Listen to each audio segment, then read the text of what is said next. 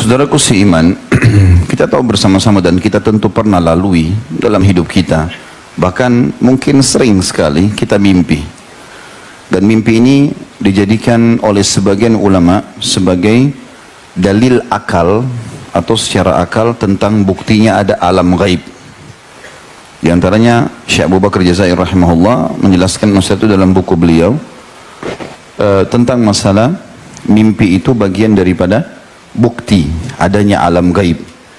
Karena kita dalam kondisi tidur tapi melihat diri kita seperti naik di atas tunggangan. Kalau kita mungkin kendaraan sekarang, mungkin naik pesawat, ngobrol sama orang, makan. Kemudian juga ada hal-hal yang kadang-kadang yang kita tidak sukai, ya, mungkin berkelahi dan yang lainnya. Maka semua ini bisa dirasakan efeknya. Pada saat orang bangun, kadang-kadang masih dirasakan efeknya. Sementara dia sendiri ada di ranjangnya. Berarti ini secara akal dan bisa kita rasakan setiap saat ada sesuatu yang gaib. Selain daripada tentu banyak hal-hal yang kita bisa rasakan tapi tidak terlihat. Seperti perasaan kita, rasa suka, rasa sedih, marah, lapar, haus. Kita bisa rasa tapi tidak kelihatan. Maka ini semua bukti-bukti nyata tentang adanya alam gaib. Secara akal, gitu kan. Bahwasanya ada hal-hal di sekitar kita, kita nggak bisa lihat dengan mata, tetapi bisa dirasakan. Saudaraku seiman, mimpi ini dibagi tiga oleh Nabi alaihi salatu wassalam. Disebutkan di dalam sebuah riwayat yang sahih dari sahabat Nabi yang mulia Auf ibn Malik radhiyallahu anhu dan hadis ini sahih diriwayatkan Ibnu Majah dan Ibnu Abi Syaibah. Kalau Nabi SAW bersabda mimpi dibagi atau terbagi menjadi tiga kriteria. Yang pertama, mimpi buruk dan menakutkan, juga menyedihkan. Dan kata Nabi, pastikan itu dari syaitan. Saya ulangi, mimpi yang pertama ini mimpi buruk yang kita tidak suka, menakutkan dan menyedihkan. Semua itu dari syaitan. Yang kedua, Nabi SAW mengatakan mimpi yang menggelisahkan seseorang karena terus saja terbawa walaupun dia sudah bangun. Dan ini biasanya disebabkan karena gejolak yang sedang ada di benaknya, baik di hati ataupun di pikirannya. Misal dia sedang berpikir untuk membuka sebuah usaha, terus kemudian dia berpikir untuk meminjam uang dari seseorang, atau dia berpikir untuk mau model tertentu tokohnya, kemudian dia mimpi melihat itu karena terbawa dengan perasaan dia, ya.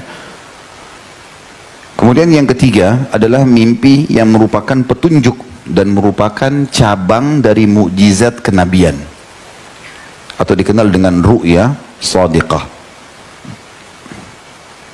Juga dalam hadis yang lain, hadis yang sahih riwayat Bukhari, Abu Hurairah meriwayatkan radhiyallahu anhu bahwasanya Nabi alaihi salatu wassalam bersabda, mimpi itu tiga macam. Bisikan hati, maksudnya tadi di hadis yang sebelumnya poin nomor 2 ini ya. Bisikan hati artinya apa yang sedang terlintas di benak dia, yang terlalu dia fikirkan sehingga terbawa dalam mimpinya.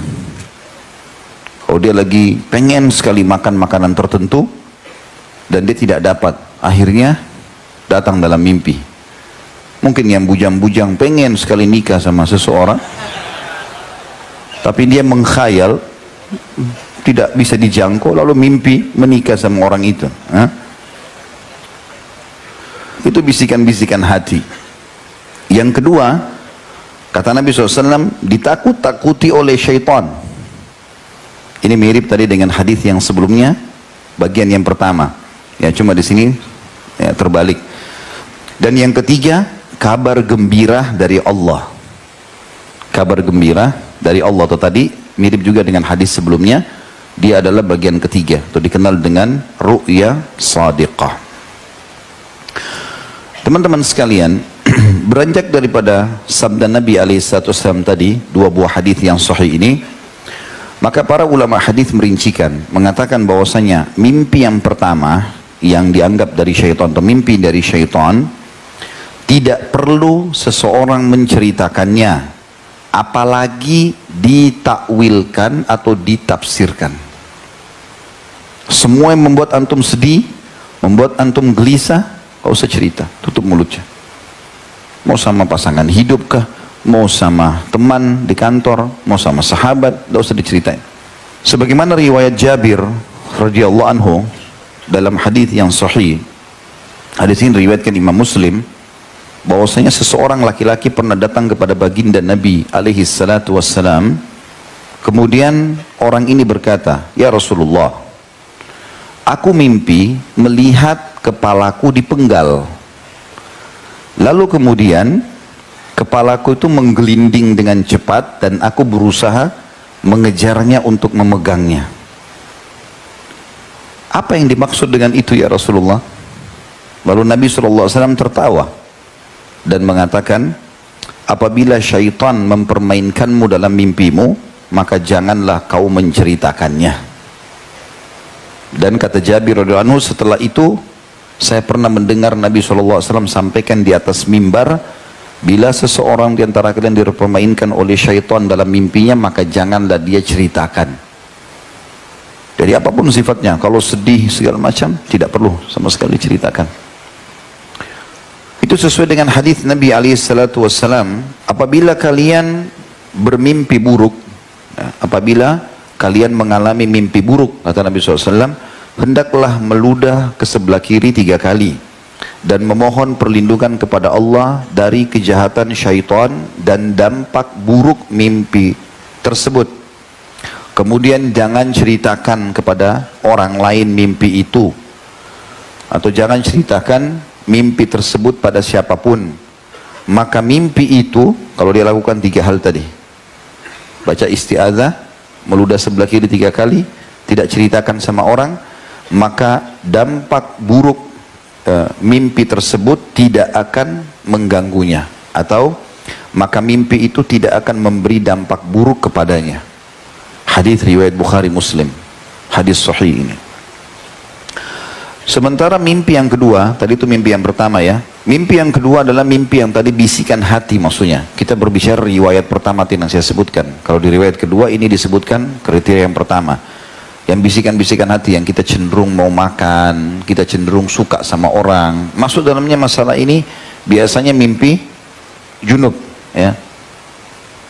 Terlalu suka sama seseorang berlebihan, akhirnya dia mimpi biologis di situ. Bahkan kadang-kadang ada orang bangga, dia bilang, ya paling tidak mimpinya.